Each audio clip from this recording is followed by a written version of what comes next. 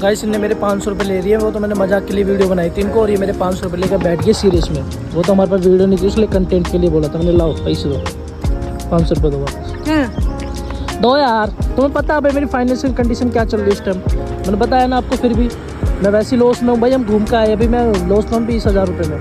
लाओ दो, जल्दी दो यार, ऐसे मत करो यार, नहीं होता, ऐसे गंदी लड़की नहीं होती, ठीक है ना। जब तुम्हें बताने के साथ भी तुम फिर ऐसा करोगे मेरे साथ, वो तुम अपनी वीडियो नहीं इसलिए करा था मैंने। लाओ तभी दूंगा फिर, अभी लाओ लाओ लाओ लाओ लाओ जल्दी दो यार, ये तो गलत बात है ना बेबी, दो यार। भाई मेरे पास पैसे नहीं है समझो इस टाइम, पैसे होते जब जब होते मैंने दिए नहीं है, सच बताओ। फिर और अगले मेरे से जिम भी जा रहे, फिर उसका खर्चा कहाँ से आएंगे बताना, ये देखना। ला हाँ, अरे यहाँ कपड़े वपड़े क्या क्या लेना, अभी तो जिम की ड्रेस लेनी है, इसे मत दो, वो दो यार नहीं प्लीज़।